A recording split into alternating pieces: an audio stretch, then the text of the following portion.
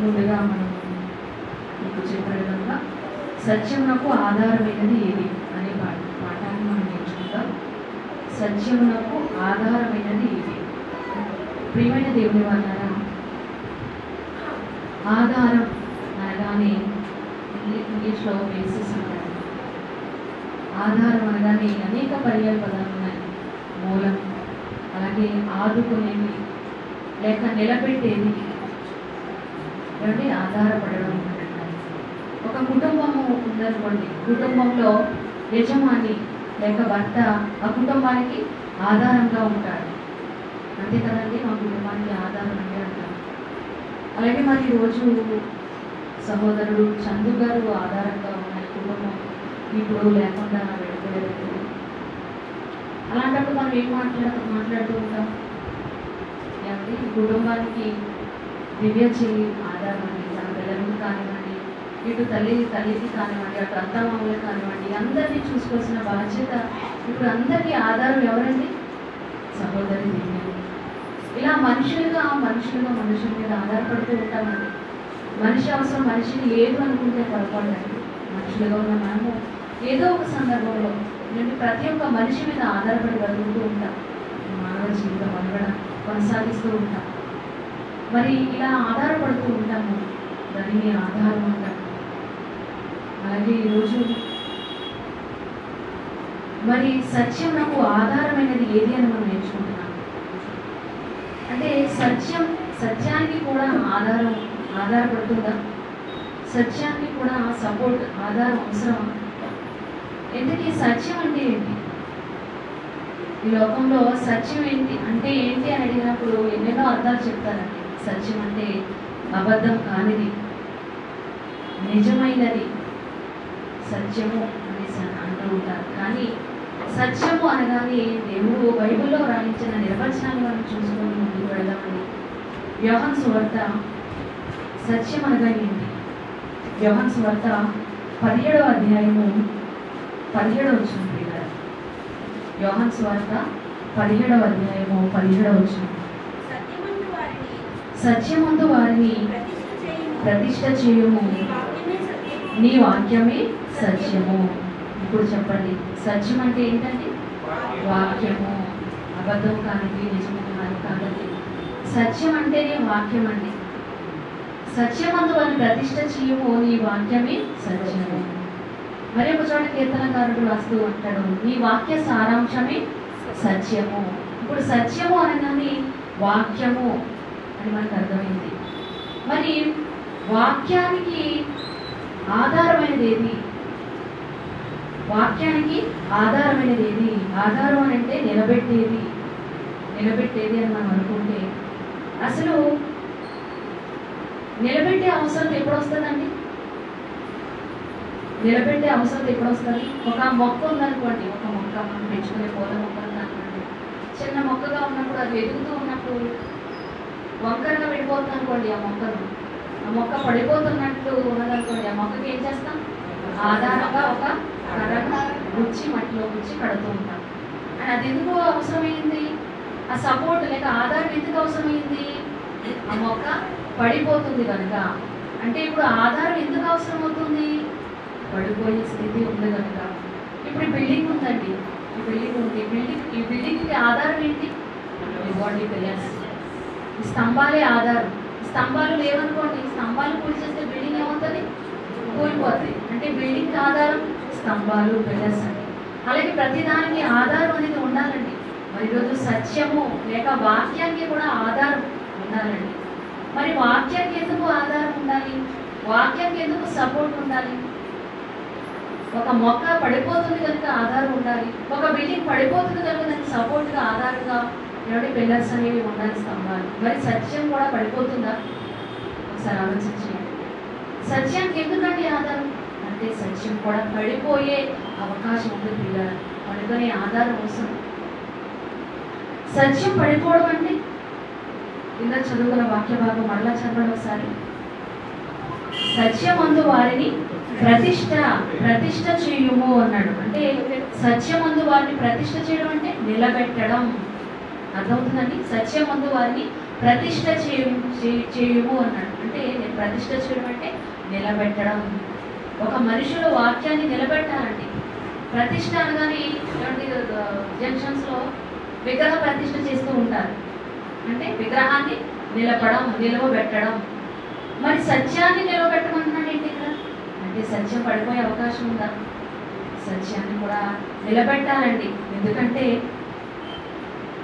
సత్యము అన్న వాక్యము అన్న మధ్య గ్రహించవలసిన సత్యము అన్న వాక్యము అన్న లేక సువార్త అన్న దేవుని మాటలు అన్న బైబిల్ అన్న ఏమిటి బోధ అన్న ఒకటే పిల్లలు.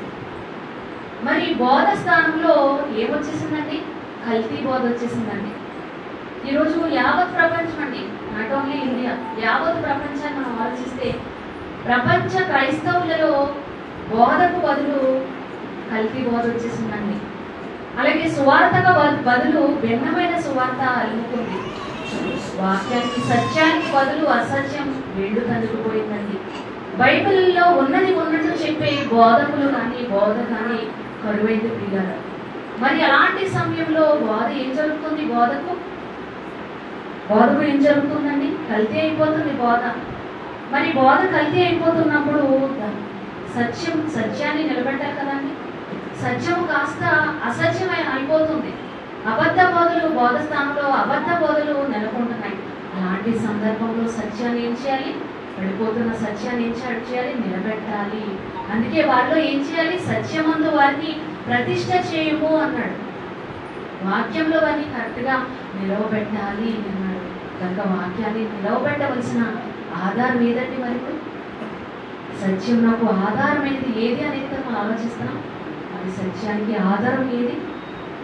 ఒకనాడు అపోస్తలుడైన పౌలు గారు తన ఆత్మీయ కుమారుడైన తిమోతి గారికి ఉత్తరాన్ని రాస్తూ ఏమంటారో మనం చూడగలిగితే, తిమోతికి రాసిన మొదటి పత్రిక, అపోస్తలుడైన పౌలు గారు తిమోతికి రాసిన మొదటి పత్రిక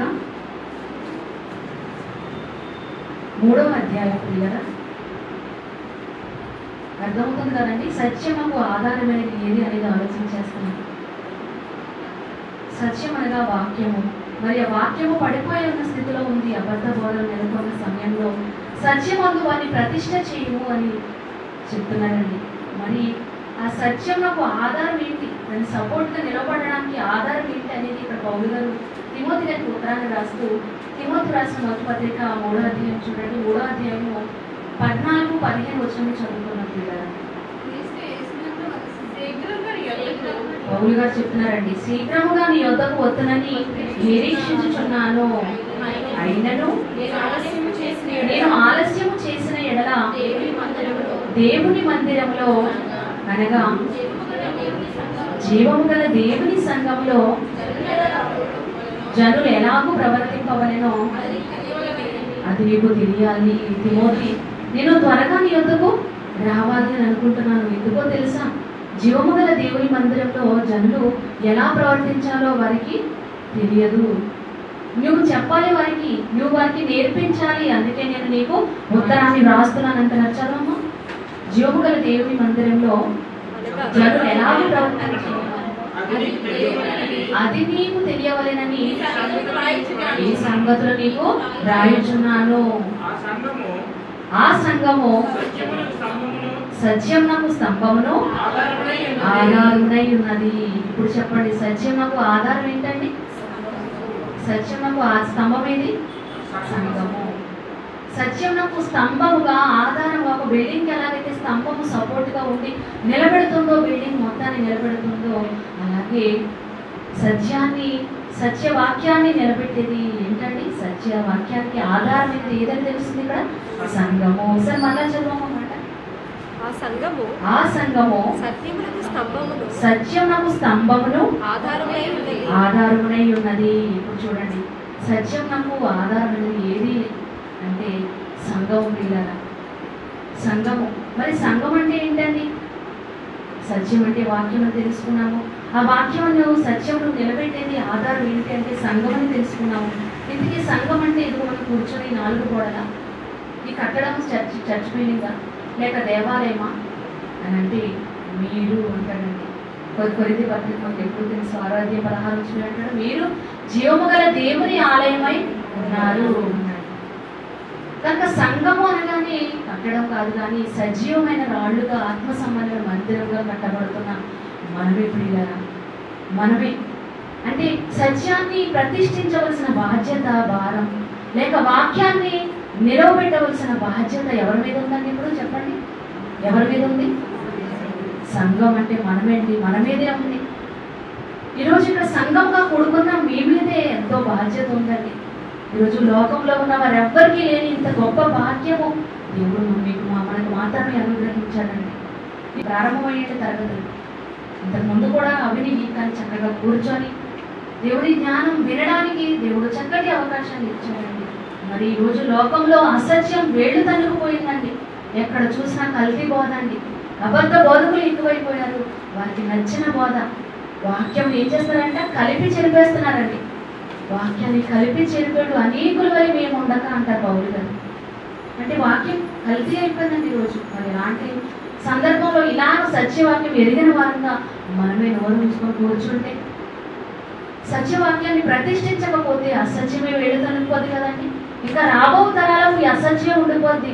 మరి అసత్యాన్ని మనం సమాధి చేసి సత్యాన్ని నిలబెట్టడానికి ఎంత కృషి చేయాలో ఒకసారి ఆలోచించండి. ప్రపంచ జనాభాలో అత్యధిక శాతం మొదటి స్థానంలో క్రైస్తవులే ఉన్నారండి. సుమారు 450 కోట్ల మంది క్రైస్తవులుగా ఉన్నారు. కానీ వారెవ్వరి వల్ల తండ్రికి ఆనందం లేదు ప్రియులారా. ఎందుకు ఆనందం లేదు? సంఖ్యకు మాత్రమే విస్తరించి ఉన్నారు ప్రపంచవ్యాప్తంగా. కానీ వారిలో సత్యవాక్యం, దేవుడు అనుకున్న ఉద్దేశాలు ఉన్నట్టు బైబిల్ ప్రకారం సత్యవాక్యాన్ని ప్రతిష్ఠించేవారు లేరు ప్రియులారా. కలిపి చెప్పేస్తారు ఎక్కడో దగ్గర. లేదా మన యూట్యూబ్లో ఛానల్లో చూస్తున్నప్పుడు ఎన్నో వాక్యాలు కదండి. ఈరోజు ఎన్నో వాక్యాలు వస్తూ ఉంటాయి. ఎన్నో మినిస్ట్రీస్ అండి, ఎన్నో సంఘాల పేర్లు కూడా మార్చేసి ఈరోజు రక్తాన్ని కార్చి తన సంఘాన్ని, సంఘం అంటే ఎంత గొప్పది మనకు తెలుసు. ఈ సంఘం ఎలా ఏర్పడిందండి? ఒక ప్రాణమే ఖర్చు అయిందండి. మన అన్నయ్య యేసుక్రీస్తు వారు తన స్వరక్తం ఇచ్చి సంపాదించిన ధన సంఘం అండి. సంఘం అంటే ఆసామాసి కాదు ప్రియులారా. తన రక్తాన్ని కార్చి ఒక్కొక్క రాయిగా, ఒక్కొక్క అవయవంగా, శరీరంగా, తన శిరస్సు క్రీస్తు వారైతే సంఘంలో శరీరంగా మనం అంతా అవయవాలుగా సజీవమైన వాడుగా కట్టబడ్డాం పిల్లలు. క్రీస్తు యేసు వారి ముఖ్యమైన మూలరాయి అయి ఉండగా అంటారు. మూలరాయిగా ఈ నుండి కట్టబడిందండి సంఘం. ఈ సంఘం కొరకు తన రక్తాన్ని చివరి రక్తము పొట్టి వరకు శిలువలో కార్చి ఈ సంఘాన్ని నెలకొల్పడండి. అందుకే మీరు విలువ పెట్టి కొనబడిన వారు కనుక అంటారు. మరి ఎంత గొప్పగా ఈరోజు సంఘముగా దేవుడు మనకి కట్టినప్పుడు ఈ సంఘము ఎలా ఉండాలండి? సత్యాన్ని ప్రకటించేదిగా ఉండాలండి. సత్యవాక్యాన్ని నిలబెట్టే స్తంభముగా ఉండాలి. ఆ సంఘము అన్నాడు, ఆ సంఘము స్తంభమును, సత్యమునకు స్తంభమును ఆధారంగా ఉన్నది. ఈరోజు సత్యము నిలబడలేకపోతుందండి. సత్యము సమాధైపోతుంది. కనుక మనం నిలబెట్టాలి కదా. సత్యవాక్యం ఎరిగిన వారిగా కొంతమందిగా ఉన్న మనమే సత్యాన్ని నిలబెట్టవలసిన బాధ్యత ఉంటుంది. కనుక సత్యానికి ఆధారం లేదండి సంఘం పిల్లల మనమే నిలబెట్టాలి. కనుక ఈ సత్యవాక్యాన్ని నిలబెట్టడానికి దేవుని యొద్ద నుండి వచ్చిన ఈ బోధ అనేది, ఈ వాక్యము పాత నిబంధన కాలంలో ఎంతో మంది భక్తులు మనకు కనబడతారండి. ప్రవక్తలు వారి ప్రాణాలని పణంగా పెట్టారండి. దేవుని వాక్కులను దేవుని ప్రజలకు ఆనాడు ఇశ్రాయేలుకు అందించడానికి. అలాగే మోషే గారు రాతి పలుకులు తీసుకొచ్చారు, ఆజ్ఞలు తీసుకొచ్చారు. అలా ప్రవక్తలు, ఎంతో మంది రాజులు, భక్తులైన వారు తమ ప్రాణాలను కూడా తెగించి సత్యాన్ని నిలబెట్టడానికి ఎంతో కృషి చేశారండి. అలా తర్వాత కాలంలో యేసుక్రీస్తు వారు వచ్చారండి భూమికి 2000 సంవత్సరాల క్రితం. క్రీస్తు వారు వచ్చి కూడా ఏం చేశారండి? సత్యాన్ని, సువార్తను ప్రకటించడానికి పల్లెల్ని పట్టణమని కాకుండా ఇతర సమీప గ్రామాలకు కూడా వెళ్ళిదాము రండి, ఇందు నిమిత్తమే కదా నేను పంపబడ్డాను అన్నారండి. రాత్రనక పగలనక శ్రమించారండి దేవుని యొక్క వాక్కులను నిలబెట్టడానికి, దేవుని యొక్క మాటలను, సత్య సువార్తను ప్రకటించడానికి. నిద్రనక, ఆకలనక, దబ్బులనక ఏమండి కష్టపడి పనిచేశారండి. తనకున్న 33.5 సంవత్సరాల కాలంలో ఎక్కడ కూడా అవిశ్రాంతంగా పనిచేశారండి క్రీస్తు వారు. ఎన్నో అద్భుతాలు చేశారు, ఎన్నో సూచక్రియలు చేశారు. ఎందుకు అవన్నీ? ఎందుకు ఎన్నో నానావిధ రోగాలు స్వస్థపరిచారు? ఎందుకు ఇవన్నీ జరిగాయనంటే ఏమంటాడండి? సత్యాన్ని నిలబెట్టడం కోసం అండి, వాక్యాన్ని స్థిరపరచడం కోసం. అందుకంటాడు, వెనువెంట జరుగుచూ వచ్చిన సూచక్రియల వలన వాక్యము స్థిరపరచుచుండెను. కడుపు తన ప్రాణాన్ని అర్పించేశాడండి. అందుకే పౌలు గారు రాస్తూ ఒకసారి ఆ మాటను చూద్దాం చూడండి. తిమోతికి రాసిన మొదటి పత్రికలోని 1వ అధ్యాయము 15వ వచనం పిల్లలు, పాపులను రక్షించుటకు క్రీస్తు యేసు లోకమునకు వచ్చిన వాక్యము. చూడండి, వాక్యం అనగా ఎవరు? మళ్ళా క్రీస్తు వారండి. ఆది యందు వాక్యంగా ఉన్నారు కదా, నేనే వాక్యం, నేనే మార్గమును సత్యమును జీవము అన్నాడు. వాక్యము ఈరోజు మనం, వాక్యమైన క్రీస్తు వారు ఈరోజు మనం ఎంత లేకపోయినా ఇటువంటి బైబిల్ రూపంలో ఉన్నారు కనుక వాక్యము ఆ రోజు ప్రతిష్ఠించడానికి ఎంతో మంది భక్తులు కష్టపడ్డారు. క్రీస్తు వారు తన ప్రాణాన్ని పణంగా పెట్టారండి. అదే అంటున్నారు, పాపులను రక్షించుటకు క్రీస్తు యేసు లోకములకు వచ్చిన వాక్యము నమ్మదగినదియు పూర్ణాంగీకారణము యోగ్యమైనది ఉన్నది. బట్టి వారిలో నేను ప్రధానులను అంటున్నారు పౌలు గారు. పౌలు గారు నిలబెట్టడానికి తర్వాత వచ్చారండి. అపోస్తలులో కడమ అపోస్తలుడుగా వచ్చిన వాడే అపోస్తలుడైన పౌలు గారు కూడా అపోస్తలుడుగా ఎంచబడ్డాడు. అన్యజనులలో సత్యవాక్యాన్ని ప్రతిష్ఠించడానికి ఎంతో శ్రమించాడండి. క్రీస్తు వారి తర్వాత ఏమంటే అపోస్తలులు ఎంతగానో శ్రమించారండి. క్రీస్తు వారు వెళ్ళిపోయిన తర్వాత ఏమంటారు? వెళ్ళిపోతూ ఇదిగో నేను మిమ్మల్ని అనాథలుగా విడిచిపెట్టను అంటారు. యోహాను సువార్త తర్వాత చదువుకొని 16:14 ఉంటారు పిల్లలు.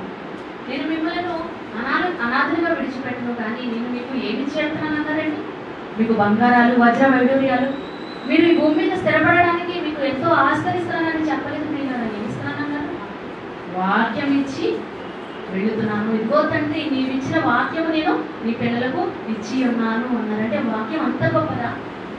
బంగారం కంటేను, మేలిమి బంగారం కంటేను కోరదగినది, ముత్యముల కంటేను విలువగలది, పగడముల పేరైనను దాని ఎదుట ఎత్తకూడదు. ఎన్నెన్నో మాటలండి. వాక్యము అంత ప్రశస్తమైనది, వెండి కంటే అంత ఏమండి మేలిమి బంగారు కంటే కోరదగినది, అంత విలువైన వాక్యాన్ని ఇచ్చారండి.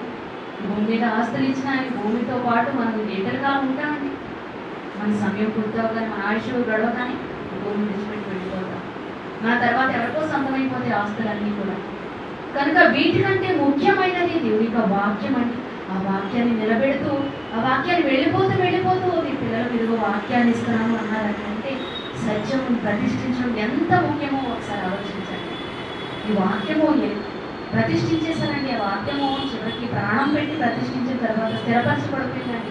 ఇదిగో నేను వెళ్ళిపోతున్నాను, వెళ్ళిపోయిన తర్వాత వేరొక ఆదరణకర్తను నేను మీ కొరకు పంపిస్తాను. ఆయన వచ్చి మిమ్మల్ని ఏం చేస్తాడో తెలుసా? పరిశుద్ధాత్మ దేవుడు అంటే మన రెండో అనే ఆయన వచ్చి మిమ్మల్ని ఏం చేస్తాడు? సర్వసత్యంలోనికి మిమ్మల్ని నడిపించను అన్నాడండి.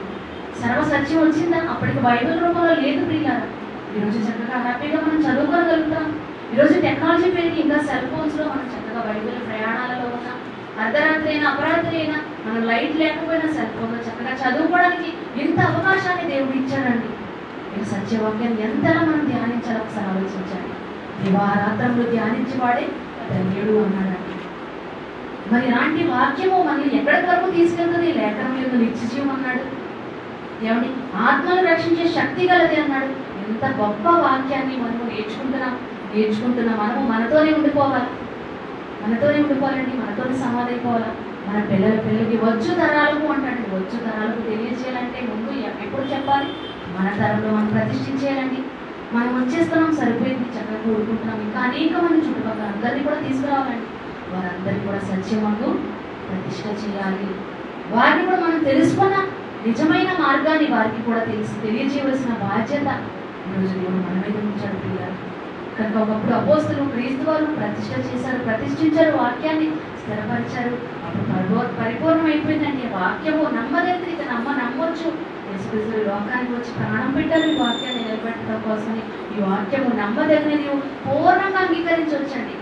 ఏ సందేహం ఉండనవసరం లేదు. పూర్ణ అంగీకారంలో యోగ్యమైనదిగా ఈరోజు బైబిల్ రూపంలో మనం చేయించాలండి. మరి దీనితో ఒకటి కలపకూడదు, ముగిస్తూ ఉంటాడు. దీనితో ఒకటి కలపకూడదు, దీనిలో ఒకటి తీసివేయకూడదు అని చెప్పాడండి. మరి ఇలా చెప్పినప్పుడు దీన్ని పాటించగలుగుతున్నారు. వారి ఇష్టానుసారంగా ఈరోజు బోధకులైన వారు ఒకటి కలిపేస్తున్నారు, దీంట్లో ఉన్నవేమో తీసేస్తున్నారు, దేవుడు చెప్పనివేమో తీసేస్తున్నారు, దేవుడు చెప్పనివేమో పట్టుకొచ్చి దీన్ని కలిపి చెరిపి ఏమంటే భిన్నమైన సువార్త చేస్తున్నారండి. ఈ సువార్త ఈనాడు వచ్చిందనుకుంటే పొరపాటండి. మొదటి శతాబ్దంలో పౌలు గారు ఇంచుమించు 14 సంఘాలు స్థాపించి ఇలా వెళ్ళారు లేదో వెంటనే భిన్నమైన సువార్త వచ్చేసిందండి ఆ స్థానంలో. అంటే గలతీలో ఉన్న సంఘానికి రాస్తున్న అందరికీ తెలుసు, అక్కడ భిన్నమైన సువార్త తట్టుకు మీరు ఇంత త్వరగా తిరిగిపోవడం చూడగా నాకు ఆశ్చర్యం కూర్చున్నది. ఇంత సత్య సువార్త ప్రతిష్ఠించి వెళ్ళిన తర్వాత ఎవడు మీకు ఇది ఇలాంటి చేదు బీజాన్ని వెళ్తాడు అని అంటే అందరి విరోధి అయిన అపవాది ఎప్పుడు కాసుకుని ఉంటానండి. లోకంతో దానికి పని లేదు అంటాడు. సత్యవాక్యం ఎరుగున వరక ఏమంటే మనోనేతలను పొడి చేయడానికి, ఏమంటే విభిన్న వాక్యాన్ని నిష్ప్రయోగం చేయడానికి ఎన్నో కలతలు సృష్టిస్తుందండి. వాక్యం మన హృదయానికి వెళ్ళినా ఏమంటే ఫలించలేకుండా చేయడానికి ఎన్నో సకల ప్రయత్నాలు ఎప్పుడు చేస్తూనే ఉంటుందండి అపవాది. కనుక మనం ఎల్లప్పుడూ అలర్ట్గా ఉండాలండి. ఎల్లప్పుడూ ఈ వాక్యాన్ని నిలబెట్టడానికి పౌలు గారు అన్నారు. ఇందాక వాక్యపఠనం చేసుకున్నాం కదా. ఏమంటే అపోస్తులు అయితే ప్రాణాన్ని ఇచ్చారండి. అపోస్తులు చాలా మంది హతసాక్షులు అంటారు. వారు వాక్యం కొరకు చెరసాలలో వేయబడ్డారు. ఏమంటే విశ్వాస వీరులుగా మనకు కనబడుతుంది. అపోస్తుల కార్యంలో రాళ్లతో కొట్టబడ్డారు. ఒక స్తెఫను రాళ్లతో చంపబడ్డాడు. ఏమంటే రంపంలతో పోయబడ్డారు. సత్యాన్ని నిలబెట్టడం కోసం ఎన్నో శ్రమలు అనుభవించారండి. చెరసాలలో వేయబడ్డారు. అపోస్తులు అందరూ కూడా కష్టపడి పనిచేశారండి. ప్రారంభ సంఘం యెరూషలేము సంఘానికి అంటే గొప్ప హింస కలుగు చేశారండి. ఆ రోజు బోధన ఆపేయడానికి, ఇదిగో మీరు క్రీస్తు పేరు ఎత్తితే మిమ్మల్ని చంపేస్తాం అని చెప్పి గొప్ప హింస కలుగు చేసినప్పుడు అపోస్తులు మాత్రమే యెరూషలేములో నిలిచి ఉన్నారండి. కానీ మిగిలిన శిష్యులందరూ కూడా యోదయ సమరయ పట్టణాలకు చెదిరిపోయారండి. అలా చెదిరిపోయిన వారు భయపడి ఉండిపోయారు అనుకుంటున్నారా? సత్యాన్ని ప్రతిష్ఠించడానికి ప్రాణాలకు తెగించి చెదిరిపోయిన పట్టణాలన్నీ కూడా ప్రకటించుకుంటూ వెళ్ళిపోయారండి. వాక్యం అందంతటా ప్రకటించుకుంటూ వెళ్ళిపోయారండి. ఎన్ని శ్రమలు వచ్చినా ప్రాణాలకు తెగించి ప్రకటించుకుంటూ వెళ్ళిపోయారు. కనుక సత్యం ఈ రోజు వరకు నిలబడింది ప్రియులారా. మరి ఈరోజు నిలబడింది. ఈరోజు బైబిల్ రూపం మన చేతిలో ఉందంటే వారు పడిన శ్రమ. వారి తర్వాత అపోస్తలుడైన పౌలు గారు ఉంచారు. ఆయన ఏం చేస్తున్నారండి?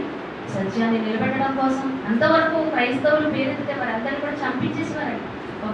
ఒక సౌలుగా ఉన్నప్పుడు ఏమండి తను నమ్మిన ధర్మశాస్త్రం కొరకు తప్పుతో పట్టించారండి ఆనాడు శాస్త్రులు పరిచయమైన వారు.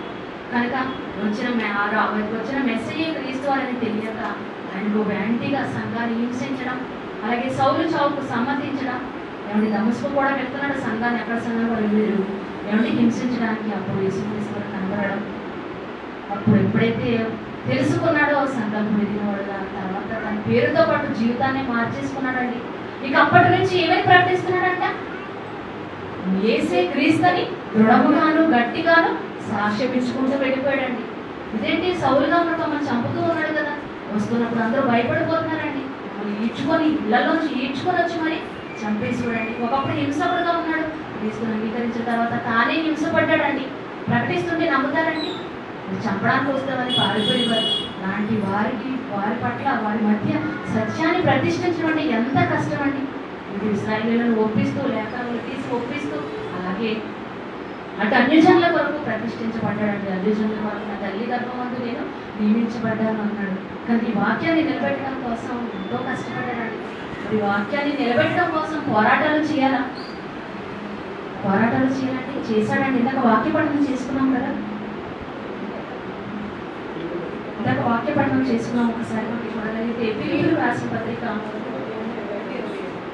1వ అధ్యాయం 27వ వచనం. ఫిలిప్పీయులకు రాసిన పత్రిక 1వ అధ్యాయం 27వ వచనం చూడండి పిల్లరా. నేను వచ్చి మిమ్మును చూచినను రాకపోయినను మీరు ఏ విషయంలోనూ ఎదురించు వారికి బెదరక అందరూ ఒక్క భావంతో సువార్త విశ్వాస పక్షంన పోరాడచ్చు. చూడండి, ఆయన పోరాడాడండి. పోరాడాడు. అందుకే మంచి పోరాటం పోరాడేది నా పరుగు కడప తీసుకునే సారి చెప్తారు అంత ధైర్యంగా. కనుక నేను వచ్చి మిమ్మల్ని చూసినా చూడకపోయినా, ఒక సందర్భం అయితే రాళ్ళు రుబ్బి కొట్టేశారండి, ఈడ్చేశారు, ఊరి వెలుపలకు ఈడ్చేశారు, చచ్చిపోయాడు అనుకొని వదిలిపెట్టి వెళ్ళిపోయారండి. అయినా కూడా మరలా లేచి మరలా వేరే పట్టణాలకు వెళ్ళిపోయాడు సువార్త ప్రకటించడానికి. అంటే సువార్త పక్షమున పోరాడాడండి. ప్రాణాలకు దిగించి నా మట్టుకైతే బ్రతుకున్న క్రీస్తు పడిన వాటిలలో కొదువైన వాటిని నేను నా శరీరం ముందు నేను అనుభవించాలి అని చెప్పి వివాహం కూడా కోరలేదండి. వివాహం చేసుకోకుండా తన జీవితాన్ని అంతటినీ వాక్యాన్ని ప్రతిష్ఠించడానికి జీవితాన్ని అంతటినీ త్యాగం చేశాడండి. వెళ్ళిన ప్రతి చోట వారికి ఎలా ధైర్యాన్ని నింపుతున్నాడు చూడండి. నేను ఒకవేళ మీరు వచ్చినా, నన్ను మీరు చూసినా చూడకపోయినా, నేను చనిపోయినా, మీరు ఏం చేస్తారో నేను రాకపోయినా, మీరు మాత్రం ఏ విషయంలో కూడా ఎదిరించు వారికి బెదరక అందరూ ఒక్క భావముతో సువార్త విశ్వాస పక్షంన పోరాడచ్చు. చూడండి, సువార్త పక్షం మీరు అందరూ ఏం చేయాలి? ఒక్క భావం కలిగి ఉండాలండి. ఒక్క భావంతో మీరందరూ కూడా సువార్త విశ్వాస పక్షంన పోరాటం చేయండి అంటున్నాడండి. ఏక మనసు గలవారే నిలిచి ఉన్నారని నేను మిమ్మల్ని గురించి మీలాగా మీరు క్రీస్తు సువార్తకు తగినట్లుగా ప్రవర్తించుడి. అట్లు మీరు బెదరకుండా వారికి నాశనము మీకు రక్షణ కలుగునకు సూచన ఏంటండి? అది దేవుని వలన కలిగినది అని చెప్తున్నారండి. వారికి ధైర్యాన్ని నింపుతున్నారు. నేను వచ్చినా కూడా రాకపోయినా మీరు మాత్రం ఏం చేస్తారో తెలుసా? సువార్త పక్షంగా పోరాడండి. ఎందుకు పోరాటం? అసలు పోరాటం ఎందుకు చేస్తామండి? ఈ లోకంలో ఎన్నో పోరాటాలు ఉన్నాయండి. ఎంతోమంది పోరాటం చేస్తూ ఉంటారు. హక్కుల కొరకు పోరాటం చేస్తూ ఉంటారు. తాము అనుకున్నది దక్కలేదనుకోండి, దాని కొరకు రోడ్లెక్కి పోరాటాలు చేస్తుంటారు. ఆమరణ నిరాహార దీక్షలు చేస్తూ ఉంటారు. దాని కొరకు ధర్నాలు చేస్తూ ఉంటారు. ఏమంటే రోడ్లెక్కి పోరాటం చేస్తుంటారు. ఎందుకు? జస్టిస్, న్యాయం కోసం. వీ వాంట్ జస్టిస్ అని అడుగుతుంటారు. ఎందుకు? మాకు అన్యాయం జరుగుతుంది కనుక ఒక న్యాయం తీర్చడని న్యాయ పోరాటం చేస్తూ ఉంటారు. మరి ఇక్కడ సువార్త పక్షంలో కూడా పోరాటం చేయమంటున్నాడంటే అంటే సువార్తకు కూడా అన్యాయం జరుగుతుందా? తప్పకుండా అన్యాయం జరుగుతుంది. కనుకనే సువార్త పక్షంలో పోరాడండి. సువార్త స్థానంలో భిన్నమైన సువార్త నెలకొంటుంది కనుక సత్యము సమాధైపోతుంది, అసత్యము వేడుదనుకుంటుంది. ఇక ఇలాగే విడిచిపెడితే అసత్యం ఉంట తప్ప దేవుని యొక్క సువార్త మరుగైపోతుంది. తరాలలో యుగాలలో మరుగు చేయబడిన మర్మం ఇప్పుడు తెలియబడింది. సత్యవాక్యము సంపూర్ణమై మన చేతిలోకి వచ్చినప్పుడు కూడా సత్యవాక్యం ఎరిగిన వారంగా ఈ తరంలో మనమే నిలబెట్టాలండి. ఒకనాడు పౌలు గారు వాదించారండి. సువార్త పక్షమున వాదించడం ఎందుకు అంటారు? 7వ వచనం చూడండి. అదే అధ్యాయము 3వ వచనం నుంచి చదువుతాం సార్. చూడండి త్వరగా 3వ వచనం నుండి. మొదటి దినము నుండి ఇది వరకు సువార్త విషయంలో మీరు నాతో పాలివారేయుటనే చూచి మీరు ఈ సత్క్రియను ఆరంభించిన వాడు యేసుక్రీస్తు దినము వరకు దానిని కొనసాగించనని రూఢిగా నమ్ముచున్నాను. ఈరోజు అంగరంగ వైభవంగా ఈ భవనంలో చక్కగా తరగతులు నిర్వహించుకోవడానికి దేవుడు చక్కటి అవకాశాన్ని ఇచ్చాడు. ఈ హాల్ అంతా చక్కగా నిండిపోయిందండి. చక్కగా ప్రారంభించినది ఎంతవరకు ఉండాలి? ఇది వరకు కూడా ప్రారంభమైంది క్లాసు. తమ్ముడు చందు ఉన్నప్పుడు ఎన్నోసార్లు నన్ను రమ్మని కోరేవాడండి. చాలా పాపం తపన పడ్డాడు, కానీ నాకు రావడం అవ్వలేదు అప్పట్లో. కానీ ఈరోజు ఇది వరకు ప్రారంభమయ్యాయి, అది ఎంతవరకు కొనసాగించాలని చెప్తున్నాడు? యేసుక్రీస్తు దినము వరకు దానిని కొనసాగించునని రూఢిగా నమ్ముతున్నాను అన్నాడు పౌలు గారు ఫిలిప్పీలో ఉన్న సంఘానికి. ఈరోజు సంఘంగా ఉన్న ఒక జ్ఞాన కేంద్రంగా ఉన్న ఈ పట్టణ ఈ గ్రామంలో చుట్టుపక్కల వారందరినీ కూడా తీసుకువచ్చి వారిని కూడా సత్యమును ప్రతిష్ఠ చేయాల్సిన బాధ్యత సత్యవాక్యం ఎరిగిన మీ మీదే ఉంటుంది. కనుక మీ అందరి నిమిత్తము నేను ప్రతి ప్రార్థనలో ఎల్లప్పుడూ సంతోషంతో ప్రార్థన చేయొచ్చు. నేను మిమ్మల్ని జ్ఞాపకం చేసుకున్నప్పుడు ఎల్లనూ నా దేవునికి కృతజ్ఞతాస్తుతులు చెల్లించుచున్నాను.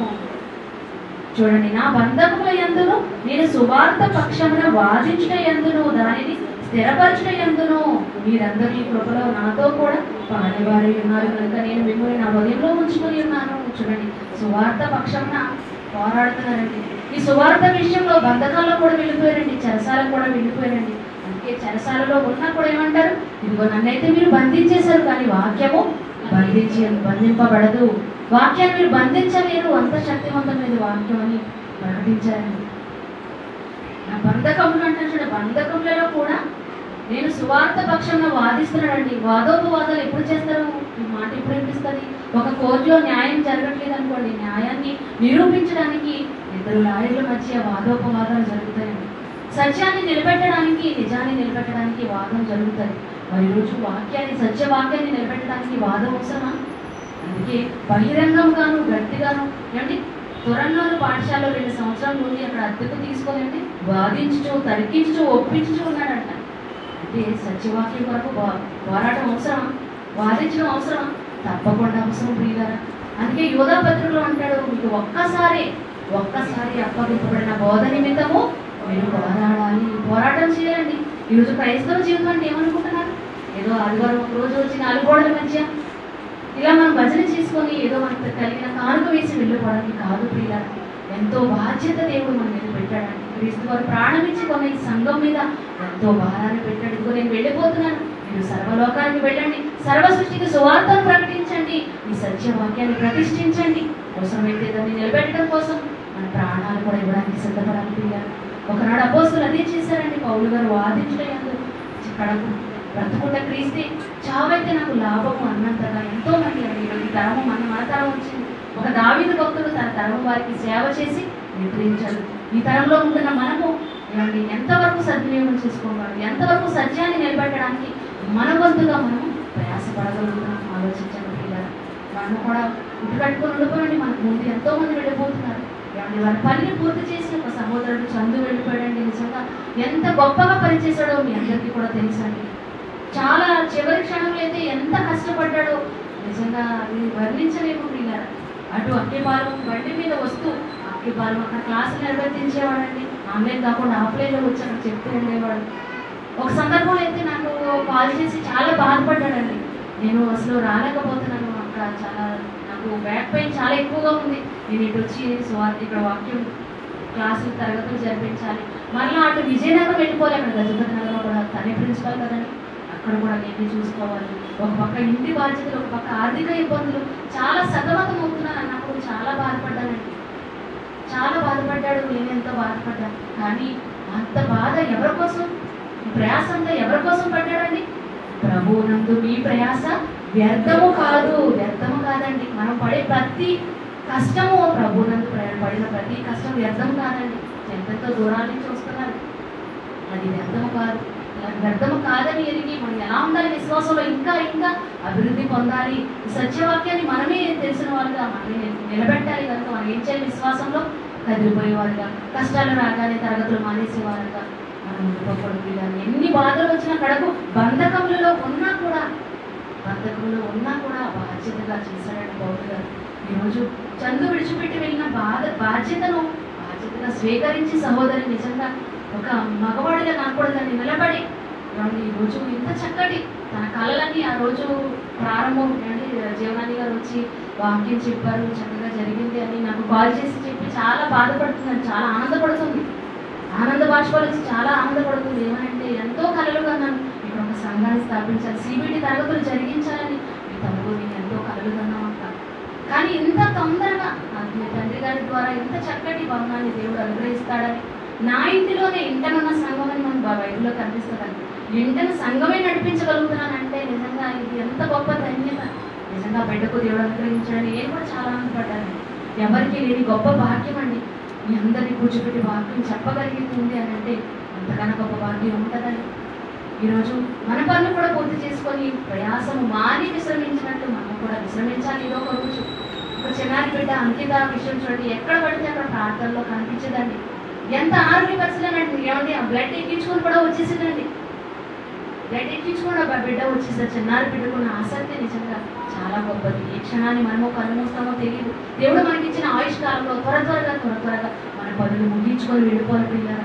యేసుక్రీస్తు తనకు అప్పగించిన బాధ్యత ఇదిగో తండ్రి చేయుటకు నీవు నాకు ఇచ్చిన పని అంతా కూడా భూమి మీద నెరవేర్చేశాను అన్నాడండి. ఇదిగో తండ్రి నీ చిత్తాన్ని నెరవేర్చడానికి భూమి మీద నేను వచ్చాను, నీ చిత్తాన్ని జరిగించాలని. మరి మన అన్నయ్య యేసుక్రీస్తు ధరించిన మనము కూడా మన ఇష్టాన్ని నెరవేర్చుకోవడానికి భూమి మీద రాలేదు, కానీ తండ్రి పనిని తొదముట్టించడానికి వచ్చాము. తండ్రి చిత్తాన్ని నెరవేర్చామండి. తండ్రి కోరుకున్న కోరికలన్నీ కూడా తీర్చాలండి. సత్యవాక్యాన్ని నిలబెట్టవలసిన బాధ్యత మన మీద ఉంది. సత్యవాక్యం కొరకు మనం అంతా కూడా పోరాడవలసిన బాధ్యత ఉంది పిల్లలు. సత్యమునకు ఆధారమైనది సంఘం. ఈరోజు మనమే పిల్లలు కనుక ఈ సత్యవాక్యాన్ని నిలబెట్టడానికి మన తరంలో మన టర్న్ వచ్చింది కనుక మనం కూడా నిలబెడదాం. అనేక మందిని తండ్రికి దగ్గర చేయడానికి, సత్యవాక్యం ప్రకటించడానికి మన వంతు సహాయాన్ని, మన వంతు కృషిని మనం ఎల్లప్పుడూ చేస్తేనే సంఘము అంతకంతకు అభివృద్ధి పొందుతుంది. అంతకంతకు క్షేమాభివృద్ధి కలగాలంటే ఈ హాల్ నిండిపోయి ఇంకా బయట కూడా టెంట్ వేసే పరిస్థితి రావాలి అని అంటే ఏం చేయాలి? మనంతా కూడా ఒక్కొక్క స్తంభాలుగా ఉండాలండి. మనంతా ఒక్కొక్క స్తంభాలుగా ఉండి పనిచేస్తేనే కల్తీ బోధలో నుండి అసత్యం నుంచి సత్యంలోని మనంతా కూడా నడిపించగలండి. ఒకనాడు అపోస్తలులు అదే అన్నారండి. గలతీ పత్రిక ఒక సాక్ష్యం అండి. గలతీ రాసిన పత్రిక ప్రారంభంలో అగ్రగణ్యులు ఎవరండి? పేతురు, యోహాను ఏమన్నారో చూడండి. వారిని గలతీయులకు రాసిన పత్రిక 2వ అధ్యాయం 9వ వచనం చూడండి పిల్లలు. స్తంభములుగా ఎంచబడ్డారంటండి. ఎవరు స్తంభములుగా ఎంచబడిన యాకోబు, కేఫా అనగా పేతురు గారు, యోహాను అనేవారు. అంటే సత్యానికి స్తంభములుగా, సంఘాన్ని నిలబెట్టే ఆధారమైన స్తంభాలుగా ఎవరున్నారండి? అగ్రగణ్యులుగా ప్రారంభ శతాబ్దంలో ఎవరున్నారు? ఒక యాకోబు గారు ఉన్నారండి. అలాగే పేతురు గారు ఉన్నారండి. ప్రారంభ సంఘం పేతురు గారి ప్రసంగంతో 3000 మంది బాప్తిసం పొంది సంఘంగా చేర్చబడ్డారండి. మరి యాకోబు గారు, యోహాను గారు వీళ్ళు అన్నదమ్ములు వీళ్ళు కూడా సంఘాన్ని నిలబెట్టడానికి, సత్యాన్ని నిలబెట్టడానికి స్తంభాలుగా ఉన్నారండి. ఆ సంఘము సత్యమునకు స్తంభమును ఆధారమునై ఉన్నది. ఆ రోజు వాళ్ళు స్తంభాలుగా ఉండి సత్యాన్ని నిలబెడితే ఈ రోజు స్తంభాలు ఒక్కొక్కరు ఒక స్తంభంగా నిలబడాలి పిల్లలు. ఈ సత్యాన్ని నిలబెట్టడానికి మీరందరూ ఒక్కొక్కరు ఒక సమిధిగా అంటారు కదా, ఒక్కొక్కరు ఒక స్తంభంగా నిలబడి సాయి శక్తులు ప్రయత్నించి చుట్టుపక్కల ఉన్న వారిని అందరినీ కూడా తీసుకురావడానికి ప్రయత్నం చేయాలి పిల్లలు. ఈ సత్యాన్ని ఎలాగైనా కూడా మనము నిలబెట్టవలసిన వారుగా ఉన్న మన జీవిత కాలంలో. కనుక చివరిగా ఒక మాటను చూసి ముగించుకుందామండి. ఈ అపవాది పోరాటంలో క్రైస్తవ జీవితమే పోరాటం అండి. ఈ పోరాటంలో సత్యవాక్యాన్ని వెలికి తీయకుండా, ఎవరిని విననీయకుండా మరుగుపరిచేయాలని అపవాది ఒక ప్రయత్నాలు చేస్తూనే ఉంటారు. ఆ పోరాటంలో అపవాది మనం పోరాడునది శరీరులతో కాదు అంటాడు. అంధకార సంబంధమైన అధికారంతో. సాతాను అపవాది కనిపిస్తుందండి? కనిపించదు, కానీ ఆలోచనలో పుట్టిస్తుందండి. మనోనేత్రాలు పొడి చేస్తుంది. మనం ఎంత వాక్యం చెప్పిన తర్వాత ఒక విషపు చుక్క చాలు అన్నట్టు ఏం చెప్పారండి అని అలా నీరుగా చేస్తూ ఉంటారు. ఎందుకంటే దేవునికి దగ్గర కాకూడదని కదండి దాన్ని. మరి అపవాదితో మనం పోరాటం చేయాలండి. సత్యవాక్యాన్ని నిలబెట్టడానికి వాక్యం తరఫున పోరాటం నిత్యము పోరాటం చేసి జయించాలండి. అపవాదిని జయించాలి. అదే మన జీవిత లక్ష్యం, అదే మన జీవిత పరమార్థం. అలా జయిస్తే ఏం చేస్తానన్నాడు? ఒకసారి చివరిని మాట చూసుకొని ముగించుకుందాం. ప్రకటన గ్రంథం ప్రియుల 3వ అధ్యాయము, ప్రకటన గ్రంథము 3వ అధ్యాయము 12వ వచనం చూడండి ప్రియులారా. జయించు వారిని నా దేవుని ఆలయంలో స్తంభముగా చేసేదను. చదవడమ్మా. జయించు వారిని నా దేవుని ఆలయంలో స్తంభంగా చేసేదను. జయించు అని ఏం చేస్తానన్నాడంటే దేవుడు, జయించు అనేది నా తండ్రి ఆలయంలో ఒక స్తంభముగా చేసేదను అన్నాడు. ఒక్క స్తంభం కాదండి, ఒక్కొక్కరు ఒక స్తంభాలు. ఇందాక పేతురు, కేఫా, అలాగే యోహాను, యాకోబులు ఒక స్తంభంగా ఎలాగైతే ఉన్నారో సత్యాన్ని నిలబెట్టడం కోసం సంఘానికి స్తంభాలుగా ఉన్నారో, ఈరోజు మనము కూడా అపవాదిని జయించి సత్యవాక్యాన్ని బోధ నిమిత్తం పోరాడి మనము జయిస్తే మనకి ఏమేస్తానంటున్నాడు? మనల్ని కూడా ఏం చేస్తానంటాడు? సత్యమునకు స్తంభంగా మీరే నిలబెట్టాలండి. సత్యానికి ఆధారంగా మీలో ప్రతి ఒక్కొక్కరిని దేవుడు వాడుకుంటాడు పిల్లలు. దేవుడు వాడుకునే అర్హమైన పాత్రగా దేవుడు వాడుకుంటాడండి. అందుకే అంటున్నాడు, జయించు వారిని నా దేవుని ఆలయంలో ఒక స్తంభంగా చేసేదను. అందులో నుండి వాడు ఇక మీదట ఎన్నటినీ వెలుపలికి ఓడు. ఎప్పటికీ స్థిరపడిపోయామనుకోండి, ఒక స్తంభం ఎలాగైతే స్థిరంగా పాతుకుపోతుందో అలాగ మన విశ్వాసంలో స్థిరులుగా కదలని వారుగా ఉంటే మనం కూడా సంఘంలో ఎలా చేస్తానన్నాడు? జీవముగల దేవుని ఆలయంలో ఒక స్తంభంగా చేస్తానన్నాడు. ఆ స్తంభం ఎప్పటికీ కూడా మనకి కదలిపోమండి. ఎన్ని శ్రమలు వచ్చినా, ఎన్ని ఆటంకాలు, ఎన్ని ఇరుకులు, ఇబ్బందులు, ఆర్థిక సమస్య ఎన్ని వచ్చినా కూడా మనము తొలగిపోము. స్తంభంగా పాతుకుపోతామండి. అంత స్ట్రాంగ్గా ఉంటాము అని అంటున్నాడు. ఇక మీదటి ఎన్నటికీ వెలుపలికి పోడు. మరియు నా దేవుని పేరును పరలోకంలో నా దేవుని యొద్ద నుండి దిగి వచ్చుచున్న నూతనమైన యెరూషలేమును నా దేవుని పట్టణం పేరును, నా కొత్త పేరును వాటి మీద రాసేదను. సంఘములతో ఆత్మ చెప్తున్న మాట చెప్పగలవాడు అన్నాడు. కొత్త పేరు ఇచ్చాడండి. ఇప్పుడు మనకి క్రీస్తులు ధరించిన మనంతా ఎవరు? క్రైస్తవులము. క్రైస్తవులుగా దేవుడు మన మీద పెట్టిన బాధ్యత సత్యమును ప్రతిష్ఠించాలి. ఇప్పుడు చెప్పండి, సత్యమునకు ఆధారమైనది ఏది? సత్యమునకు ఆధారమైనది సంఘము. జీవముగల దేవుని ఆలయంలో జనులు ఎలా ప్రవర్తించాలి అనేది నీకు తెలియాలి తిమోతి అని ఒకప్పుడు రాస్తున్నాడండి పౌలు గారు. సువార్త విశ్వాస పక్షమున పోరాటం చేశాడండి, వాదించాడు, ఒప్పించాడు. ఇలాంటి వాక్యాన్ని ఖండించి గద్దించి బుద్ధి చెబుతూ సత్యాన్ని ప్రతిష్ఠించడానికి కడకు ప్రాణాలని అర్పించారు అందరూ కూడా.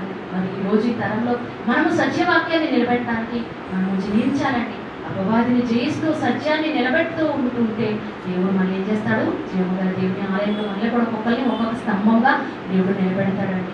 స్థిరులుగా ఉంటాం. అప్పుడు మనం అసలు కదల్చబడం, బయటికి వెళ్ళిపోము.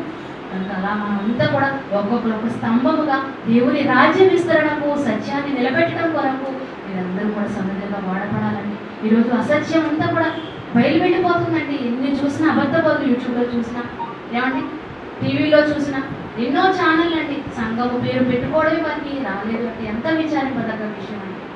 సంఘం కొరకు రక్తం ఇచ్చి సంపాదించాడు. సంఘానికి శిరస్సు క్రీస్తు వారైతే, రక్తానికి కార్చిందే క్రీస్తు వారైతే, ఈరోజు సంఘాలకు ఏమని పేరు పెట్టుకుంటున్నారండి? క్రీస్తు సంఘం ఎక్కడ కూడా మనకు కనబడదండి. అడుగడుగున సంఘాలు, అడుగడుగున చర్చి బిల్డింగ్లే, కానీ ఆ చర్చి బిల్డింగ్లో ఏమని పేర్లు ఉంటాయి?